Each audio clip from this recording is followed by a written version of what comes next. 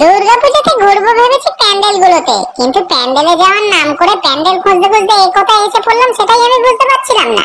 চারিদিকটা যেমন গা থমথমে যুদ্ধ যুদ্ধ ভাব। ওরে বাবা রে, আবার মাথার উপর চেয়ে দেখি এ কি, এ তো আকাশ দেখা যাবে মনে হয়। এই চারিদিকটা তাই কেমন লাগছে, আর উপরটা তো দেখে আমি তাকিয়ে ভাবছি এ আমি কোথায়, ভারতবর্ষে আছি অন্য কোথাও। এ তো ইতিহাস বইয়ের পাতায় পড়া, পাতায় দেখা ছবিগুলোকে চোখের সামনে দেখতে পাচ্ছি রে বাবা। ভিতরে কাগজ টাগজ টাঙানো আছে বটে, তাই সন্দেহ হচ্ছিল এটা ইতিহাস বইয়ের কোনো জায়গায় চলে এসেছি নাকি কোনো প্যান্ডেলে আছি, তাই একটু সন্দেহ খুটখাট লাগছিল। বাট আমি ভাবলাম এত কথা না বলে আমি পুরোটা ঘুরে বের করবোই, আজকে যাচাই করবোই যে এটা প্যান্ডেল নাকি সত্যি সত্যি ইতিহাসের কোনো জায়গায় চলে এসেছি। না না, আর কোনো সন্দেহ নেই, এ তো রোমের কলোসিয়াম রে বাবা। রোমের কলোসিয়াম থেকে শুরু করে রোমের বিভিন্ন স্থাপত্য দেখতে পাচ্ছি। বাট আমি এলাম কি করে আমি কিছুই বুঝতে পারছি না। দেয়াল বেয়ে জল পড়ছে আমি দেখতেই পাচ্ছি, রোমের বিভিন্ন জায়গা বৃষ্টি পড়েছে, রোমে এসে দেখছি রোমের মূর্তিগুলো রয়েছে। ওরে বাবা, এটা সত্যি সত্যি রোমে চলে এসেছি।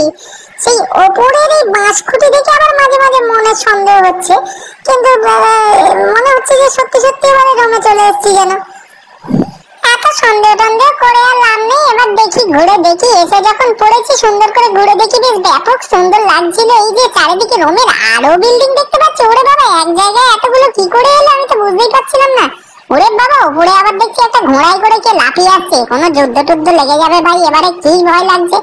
উপরে তাকিয়ে দেখি কি উঁচু কলোসিয়াম, তারপরে আবার দিয়ে ঘোড়ায় লাফাচ্ছে। ওরে বাবা, সামনে আবার দেখছিলাম যে রোমের বিভিন্ন স্থাপত্যের বিভিন্ন অংশ দেখতে পাচ্ছি আমি, মানে এক একটা নয় কতগুলো রোমের স্থাপত্য দেখবো আমি বুঝে উঠতে পারছিলাম না। কিন্তু একটা সহজে যখন এসেছি, আমার দেখতে তো হবেই, খুব আনন্দের ব্যাপার, এটা বড় আশ্চর্যের ব্যাপার। ছোটবেলা থেকে ইচ্ছা ছিল যে এগুলো একদিন ঘুরে দেখবো, তবে টাকা পয়সা নেই কিনা, রোমে কিভাবে যাবো, এখান থেকে কলকাতায় যেতে গেলে পকেটের কথা 20 বার ভাবতে হয়।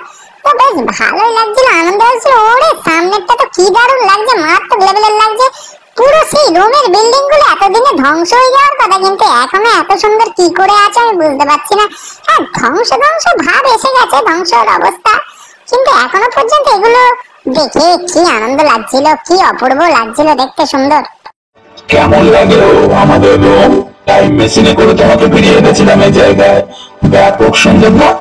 ইতিহাসের পাতায় পড়া ছবিগুলো চোখের সামনে দেখতে কেমন লাগলো?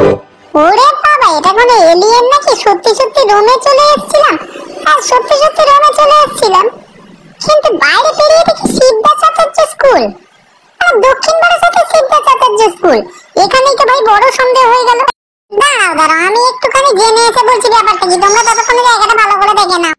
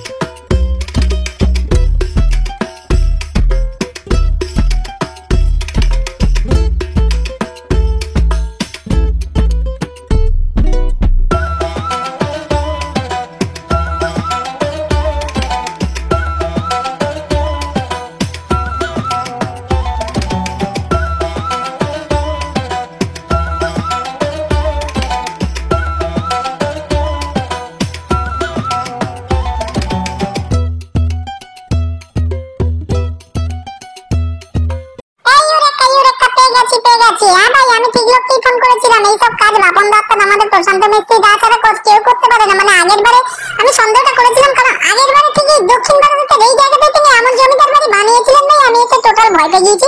প্যান্ডেলে আছি না সত্যি সত্যি জমিদার বাড়িতে আছি, তাই আমি ফোনটা ঠিক জায়গাতে করে দিয়েছিলাম। এবং এটা একটা প্যান্ডেল ভাই, প্যান্ডেল, হ্যাঁ দক্ষিণ ভারতের দুর্গাপূজা। মানে কলকাতায় যেও না ভাই, এখানে হোক সঙ্গে। গাইস, আমি বিপুল হাজরা ও থুড়ি পঞ্চু এতক্ষণ তোমাদের সঙ্গে ছিলাম। ভিডিওটা ভালো লেগে থাকলে লাইক কমেন্ট শেয়ার করতে ভুলো না। টাটা।